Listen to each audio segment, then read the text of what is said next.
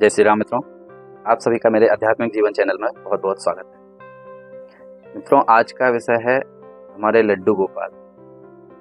लड्डू गोपाल जो कि जन्माष्टमी निकट है। लड्डू के साथ जो गोपाल जी है, वस्तुतः हम उन्हीं को लड्डू गोपाल कहते हैं। प्रथम तो हमें मन में यह बात बैठाना अति आवश्यक है कि जिस घर में लड्डू गोपाल का प्रवेश हो जाता है वह घर लड्डू गोपाल जी का हो जाता है। कई घरों में आप देखना लड्डू गोपाल तो होंगे, लेकिन लड्डू गोपाल जैसा आपको वहां प्रतीत नहीं होगा। क्यों? कि लड्डू गोपाल तो आ गए, लेकिन उनकी वहां वस्तुतः उनकी देखरेख और पूजन नहीं होता है। तो आपको घर में लड्डू गोपाल को लाने के साथ साथ कई विशेष नियमों का पालन भी जरूरी है। दूसरी विशेष बात यह है कि लड्डू गोपाल जी हैं अब आपके परिवार का सदस्य भी है। जब आपके घर में कोई अतिथि या विद्वज्जन आता है तो वह आपके परिवार का सदस्य होता है। सत्य तो यह है कि आपका परिवार लड्डू गोपाल जी का परिवार है। आपके परिवार का सदस्य लड्डू गोपाल नहीं, लड्डू गोपाल के परिवार का सदस्य आप हैं। तो लड्डू गोपाल जी का परिवार एक सम्मानित स्थान प्रदान किया जाए, ऐसा स्थान जहां पर शुद्धिकरण हो, समुचित व्यवस्था हो, साफ सफाई हो, ऐसा जगह जहां हम किसी अन्य व्यक्ति का प्रवेश वर्जित रखें, क्योंकि वह हमारी एक ऐसी अमूल्य धरोहर है जिसे हम किसी के सामने नहीं ला सकते। क्योंकि जैसे एक राजा होता है ना, तो राजा प्रजा के सामने जाता है पर अपने एक नियम के अंतर्गत प्रजा में प्रवेश करता है। इसी प्रकार जो लड्डू गोपाल है वो आपके परिवार के सदस्य जो मुखिया हैं, तो आपको यह विशेष ध्यान रखना चाहिए हर किसी के सामने प्रकट नहीं करना है। क्यों? क्योंकि वो आपके परिवार के मुखिया हैं। जब वह समाज में जब आप प्रकट करते हो तो उनके कुछ नियम होते हैं, शुद्धिकरण होते हैं, कई सारी विधियां होती हैं जिनके अंतर्गत आप दायरे में आते हैं, तो फिर आप उनका दर्शन कराइए। जैसे मंदिर में जाने के लिए मंदिर के नियमों का पालन जरूरी है, वैसे ही आपके घर में लड्डू गोपाल हैं तो आपको नियमों का पालन।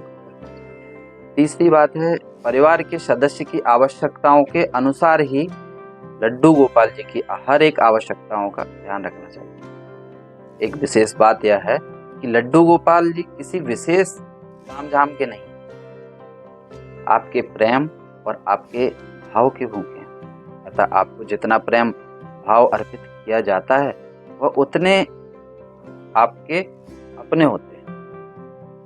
दिन प्रतिदिन प्रातः गोपाल जी को स्नान अवश्य कराएं, किंतु स्नान कराने के लिए इस बात का विशेष ध्यान रखें कि जिस प्रकार से घर में कोई सदस्य गर्मी में ठंडे पानी से और सर्दी में गर्म पानी से स्नान करता है, उसी प्रकार लड्डू गोपाल जी को भी स्नान के लिए मौसम के अनुसार पानी का चयन करें। स्नान के बाद प्रतिदिन धुले स्वच्छ वस्त्र पहनाएं। जिस प्रकार आपको भूख लगती है उसी प्रकार लड्डू गोपाल जी को भी लगती है। अतः उनके भोजन का ध्यान रखें। भोजन के अतिरिक्त घर में कोई भी खाने की वस्तु आए, लड्डू गोपाल जी का हिस्सा भी उसमें अवश्य होना चाहिए, जिसे हम भोग का नाम देते हैं। जब आप किसी वस्तु का भोग लगाकर खाएंगे तो आपने भगवान को अर्पण कर दी, चाहे फिर वह जहरीली हो या स्वाद में मीठी हो, उसका आपके शरीर पर कोई प्रभाव नहीं पड़ेगा अगर आप भोग लगाकर खाते हैं। लड्डू गोपाल जी को खिलौने बहुत पसंद हैं, तो घर में अगर आपके बच्चे हैं तो उनके भी काम आएंगे।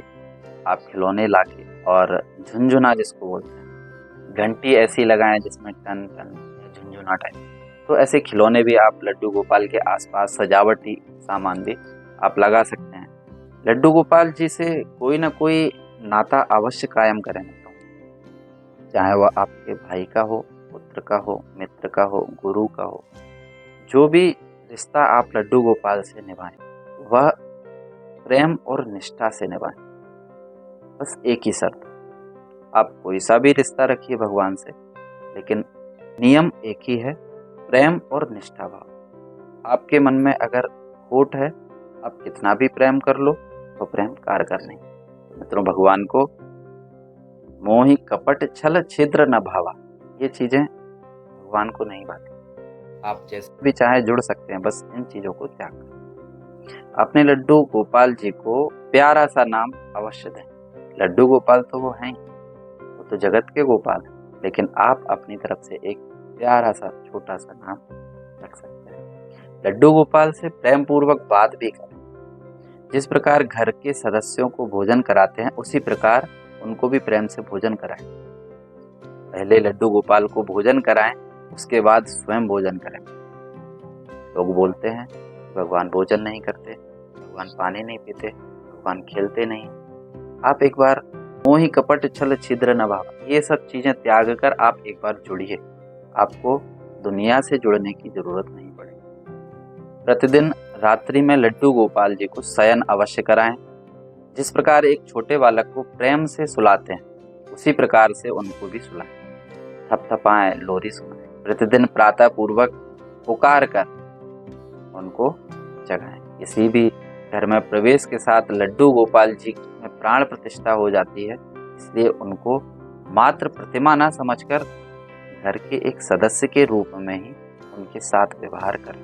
तो यूं तो प्रत्येक जन्माष्टमी पर लड्डू गोपाल जी की पूजा धूमधाम से होती है, किंतु यदि आपको यह तिथि पता है जिस दिन लड्डू गोपाल जी ने घर में प्रवेश किया, उस तिथि को लड्डू गोपाल जी के जन्मदिन के रूप में मानकर प्रतिवर्ष उस तिथि में उनका जन्मदिन अवश्य मनाएं। जन्माष्टमी ये तो शास्त्रों के अनुसार, लेकिन आपके लड्डू गोपाल तो आपके अनुसार जन्म लिए है ना, आपके घर के सदस्य जो है, तो उनका जन्मदिन आपके सदस्यता के अनुसार होगा। शास्त्रों के अनुसार तो आपको मनाना ही है, परंतु आपको यह भी ध्यान रखना है कि आपने उनको घर में प्रवेश कब कराया, आपके घर में लड्डू गोपाल का जन्म कब हुआ, उस दिन आपको उनका जन्मदिन अवश्य मनाना है। बच्चों को घर में बुलाएं, उनके साथ लड्डू गोपाल जी का जन्मदिन मनाएं और खिलौने वितरित करें। यूँ तो